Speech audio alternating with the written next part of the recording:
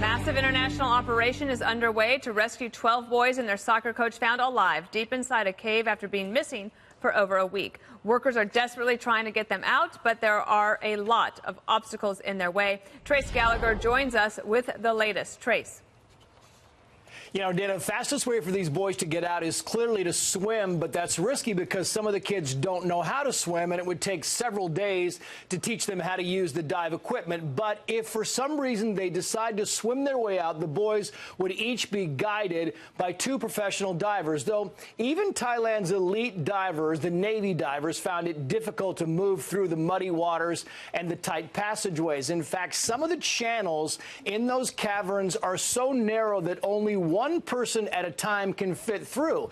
And that means for portions of the trip out, the boys would be on their own. Watch this. It's confined spaces. It's almost zero visibility.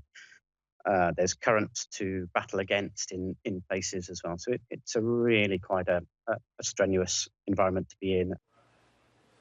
The question then becomes how these boys handle stress, because experts say if any of them get into these small passageways and they panic, that could be life-threatening. Now, if they decide to stay inside the cave and sit tight, stay there for the rainy season, that means not getting out until October.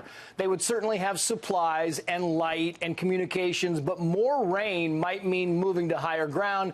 And right now, they're about 2.5 miles in and a half mile down. A third option is to find another entrance into the cave or drill a brand new entrance, but the area out there is solid rock, and that in itself would take substantial time. Now, some of the boys have suffered minor injuries, but for the most part, they're all healthy and are now being given a high-protein liquid diet along with pain medication and antibiotics. They have also brought in a phone line so the boys can talk to their families. The boys, as you might imagine, are aware that the eyes of the world are now on them, and as you have seen from the video, they are all still in their soccer uniforms. They're scared in many instances, but we're told they're in good spirits, and we expect a decision on a rescue plan to happen sometime in the next 12 to 24 hours. Dana. All right. Thank you, Trace, for that update. We appreciate it. We'll take it around the table here just because, Jason, it is remarkable to think that, one, they're all okay, but staying there is difficult, and leaving might be even worse, and they might have to wait till October to get out.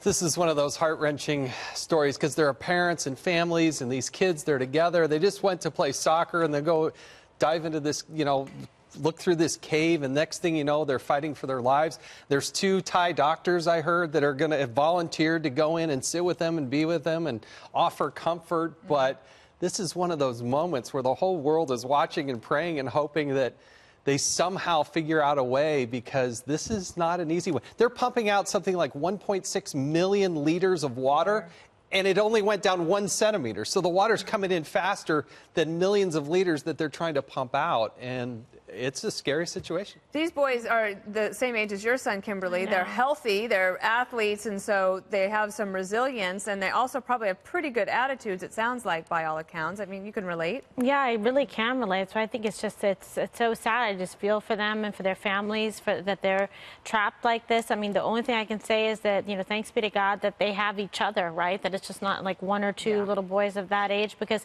you're at that age, you're about to go into kind of like puberty or adolescence, etc. But, they're still children.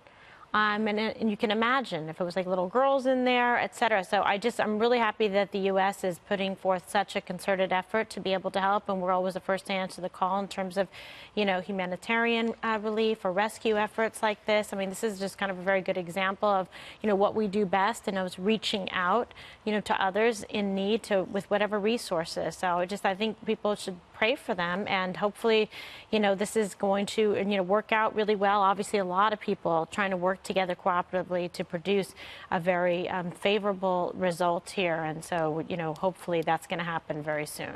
It is amazing, Juan, what rescuers can do, what they can figure out. Well, first and foremost to me is just the facts on the ground. I mean, the idea is these young men, 11 to 16, had no food for 10 days. No food. So the expectation was that some of them may have died away or something, but instead what we know is they're suffering from muscle atrophy. Some of them can't stand for lack of food. Now they're starting to put food in, to send food in, and that the doctors, as Jason was saying, are there to try to help them not only get accustomed to consuming solid food, but instruct them in terms of how to get their bodies working again. The second thing that amazes me is that in this age of political polarization, here you have an international community. You have the English, the Americans, the Chinese, the Australians, as well as the Thai, all working together. Nobody's finger pointing, nobody's complaining. Everybody says, hey, that's a group of children, as Kimberly was saying, and we're going to help them. We're going to get involved and do what's right. So the thing that, of course, as a human being you're struck by is nobody knew the kids were missing until one mom said, hey, my son didn't come home. And then it's like the world woke up and said, hey, where are those boys? And so the boys had walked 1.2 miles into the cave, right? So they walk into the cave before the flooding prevents them from coming out. Now, I don't know, I read a book once, it was a novel, it was about spelunking, which is people who go into caves and explore. So here, I mean, for me, I would be like freaked out to go into some dark cave, but it was daytime apparently. They walk in and they don't realize how far they've gone or how narrow the exit is, and it's the exits then that flood and prevent them from getting out. And now even the pro divers are saying, you have mud in the water. So even if you are a tough professional diver, you can't see. You don't know where you're going. And there's a guy, Tom, one of the cave divers, who said that it is roughly 1.5 miles to get there, but it took them 4 hours to go through the water in that mud. It's single file. They kind of come through, and then they have their equipment on, but they can't see anything. Great summer reading, Shadow Divers, a great book, and it talks about these guys are superheroes, these divers. People who go into this kind of rescue. It's an amazing story. I love looking at all the detail. Obviously, they're in danger, but I think these kids are going to be okay. They have top people on it.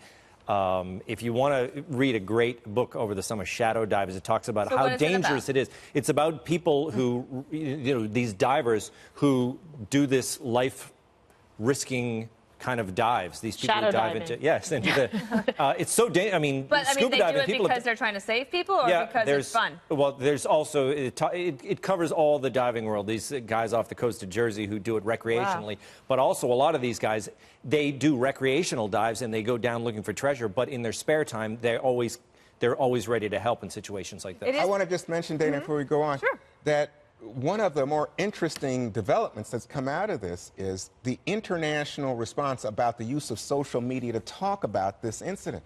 That there's great awareness that other children are going to be interested in the fact that children are trapped within. And so people are being told, be careful what you say about these young people. This is not a time to go after the young men for going into the cave. It's not a time to belittle them for being in the cave, or to wonder why they were there, or why the 25-year-old coach took them in there. You know what? We don't need it. Well, Jason, one thing I was thinking about, because you're from Utah, and I'm from Colorado, Wyoming, and a lot of those areas there, you could get yourself into a situation, especially in Utah, like in Zion Canyon, where you might think that it's pretty fun to go down this little trail, and then all of a sudden, the next thing you know, there's water up to your chin. We have slot canyons. Out west, we got a lot of abandoned mines. People think, hey, it's fun, let's go into this. We do have a lot of caves and cave networks there between Nevada and Utah and Colorado and Wyoming. One of the things I can't get over what these kids are dealing with is how dark it is. I know. I mean, I go into my closet and don't have the light on, and I'm like, freaked out. And truly, imagine how dark it was, because they were 9 days in there before they figured out that they were alive. 9 days, and it had to be pitch black. I mean, their lights were only working for so long, if they even had much with them. And now they've got this hard decision, right? What do you do? Do you try to teach a kid to swim? Do you put a mask on them? Do you wait it out and hope that Mother Nature doesn't pour more water into that cave? They have some heart-wrenching decisions. We hope that everything turns out okay. Of course, God gives you what you need in order to get through it, and I'm sure they're very serene at the moment. I mean, they seem like it in the pictures. They have guidance, and they've been raised very well, so we will keep you updated on that.